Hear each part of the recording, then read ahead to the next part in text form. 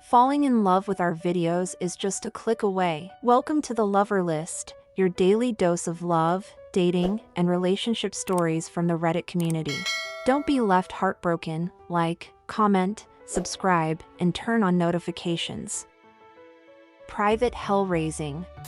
Another wine story since I work for a wine importer. A customer, let's call him Mr. T, called my mobile and said his friend gave him my number so he could purchase from us directly. He asked to set a meeting with me in person for a wine tasting with his fiancée. I told him a private tasting would mean he would have to pay a minimum fee, but we did have a tasting event scheduled so he could drink and taste for free, but it's also open to other couples and interested parties. He was super cool with it because it was going to save him money, and yes, hey, free drinks and apps. The next day, our receptionist told me that a woman had left her number and asked me to return her call. The woman was Mr. T's fiancée, aka Bridezilla.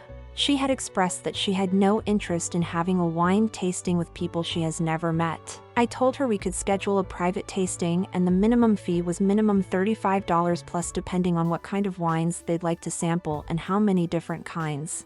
She said they had no problem paying, so I went ahead and scheduled a private tasting for them.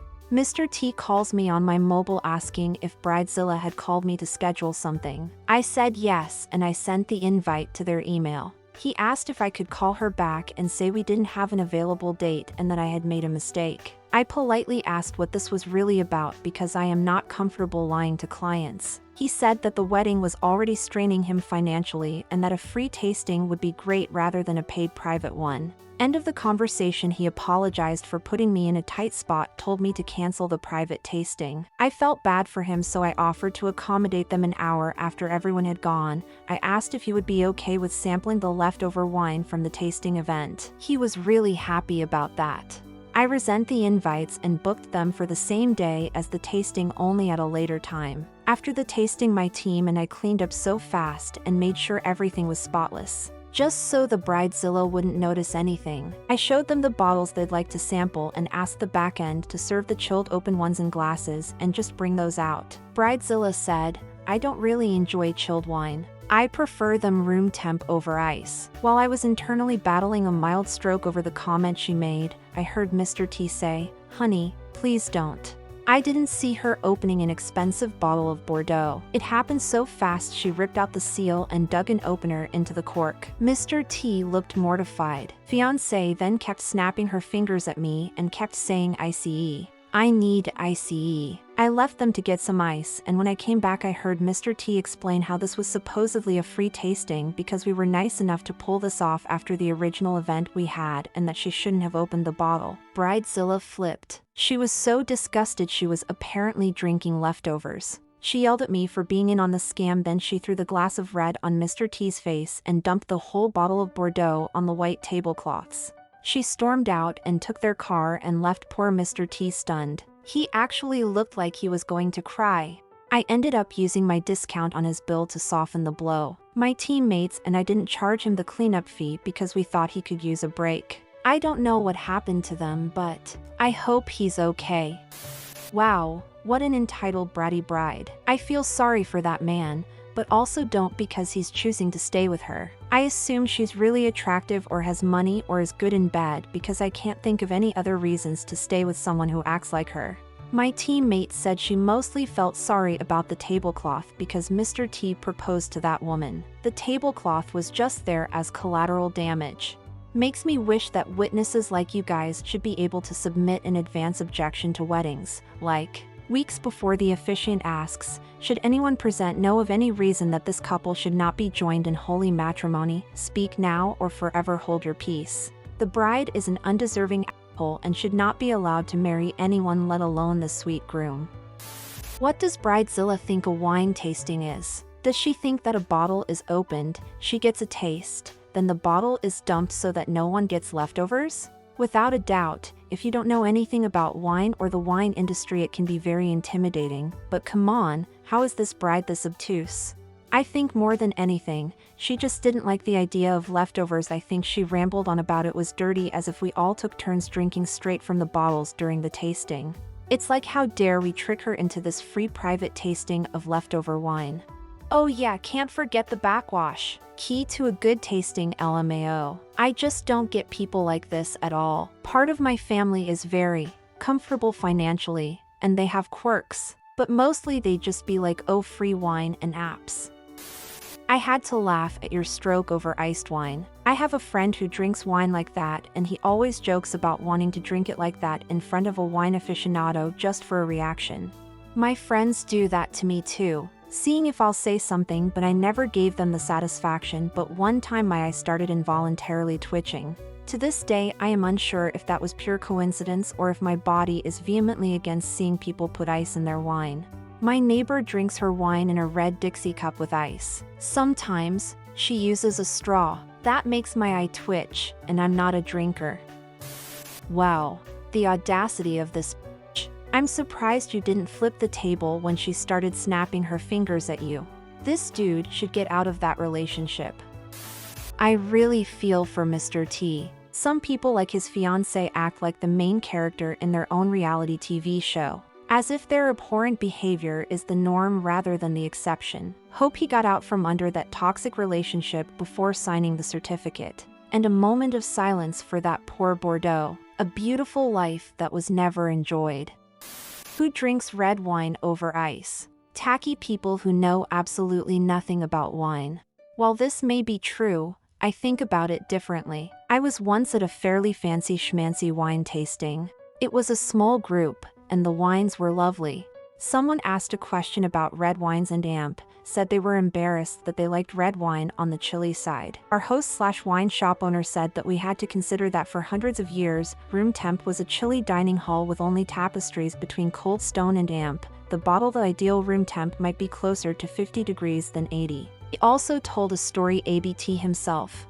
He came from a family of wine importers who had a relatively narrow view of what was a good wine. One hot summer day, he was invited to a soiree at a friend's house. He was running late, and it was a scorching afternoon. As he walked in, a waiter came by with a tray of wine glasses with an obviously cool white of some kind. He took a sip and amp, downed the glass. It was fruity and amp, cooling, sweeter than he usually liked, but delicious and amp, refreshing, and he had never tasted anything like UT. He made a beeline to the kitchen to talk with the caterers to find out what it was, lest he miss the opportunity to stock this fantastic wine in his shop. It was Boone's Farm, for real. His moral, like what you like, unapologetically, because it's your palate. But also be open to how a wine's taste changes as it is exposed to air, the heat of a room, ice, whatever, because it might surprise you. I'd nope the hell out of that marriage right there, and I'm a woman. Hell no do you treat staff, let alone your fiancé, like that. Holy hell, I hope he smartened up and didn't marry that psycho. There's no excuse for anyone acting like that. I would be so embarrassed if my significant other or someone in my party acted like that. Relationship would be done. If you still have his number, please call and ask him if he married this bridezilla or not. I do, and I really, really want to. Wouldn't that be a bit weird? It definitely will be weird, but it will be so satisfactory. If he did marry her, we can give him condolences, and if he didn't, we can celebrate with him.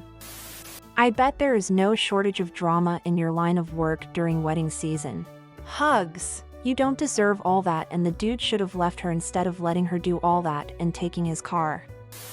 Is it really that bad to drink it over ice? I don't think I've ever had a Bordeaux, but I have done it with a red blend, lol. It's hot in AZ, and I like to think it's more refreshing. Chilling it is the way to go because putting ice in the wine dilutes it. During wine tastings, we encourage you to smell the wine, really take time to taste it, and putting ice might just ruin the experience. We do talk about where it's from, and also the ice could be melting in your glass while we go through all this, and it would really affect the taste. I guess if you chug it fast enough, it wouldn't taste watered down? I think I might like it watered down now that I'm reflecting on it, LMAO. But I keep this shameful behavior at home so no one needs to be exposed. He should run fast as he can. In my experience, men who stay with women like this have a strong sense of commitment, and their partner has made them feel like whatever good things happen to them is her doing, and he should be grateful. It's abuse. Very true. Men stay with the women who abuse them for as many reasons as women stay with the men who abuse them. Happens in same-gendered couples as well. How embarrassing for you not to know how classy wine tastings work. I'll explain. It's a free, private event. You pick any bottle you want and open it yourself. You take a sip, then pour the rest onto the table. It would be really tacky if you left your leftover wine laying around and someone else accidentally enjoyed it. Then, if you haven't been kicked out, pick another bottle and repeat. Okay, I'm learning. So what if it's a group of like 6? Does everyone gets their own bottle to taste then dump on the table? Or is it one bottle per table that everyone passes around to take a swig, then it gets dumped? And as far as opening the bottle yourself, do you have to use a corkscrew tool, or can you do that really cool thing like cowboys, maybe pirates? I dunno, used to do and just smash the neck of the bottle? Ideally you use your saber, but if you forget to bring one, any good sommelier can loan you theirs. Saberage. Of course everyone gets their own bottle. Any wine poured out of a bottle after the initial pour is leftover wine and undrinkable. Believe me or not, but I was mortified once. During a fine dining at home, I like to cook. I'm good at it and I love wine, mostly Bordeaux. I invited a few friends of mine and one guy asked if he could come with her recent GF that I'd never met. I said, sure, no problem. First, I served a foie gras with a Montbazillac. I find it fits better than any cam, which I find too sweet with it. She told me that my pâté was good, but that it was a shame that there was not more. I asked her, jokingly, if she wanted mine, as I didn't even start my entree, as I was serving everyone. She said, sure, and took my plate, and, so, didn't even eat my entree. Then, for the following plate, a filet mignon with morels, I opened a bottle of Cheval Blanc 1976, and, as there was sparkling water at the table too, she added sparkling water in her glass. We were all shocked. I was livid, tbh, and I never invited her back again, lol. My friend apologized in her name, was mortified, and he left her a week later. How do I get an invite to your house for dinner? I promise to keep sparkling water away from your wine.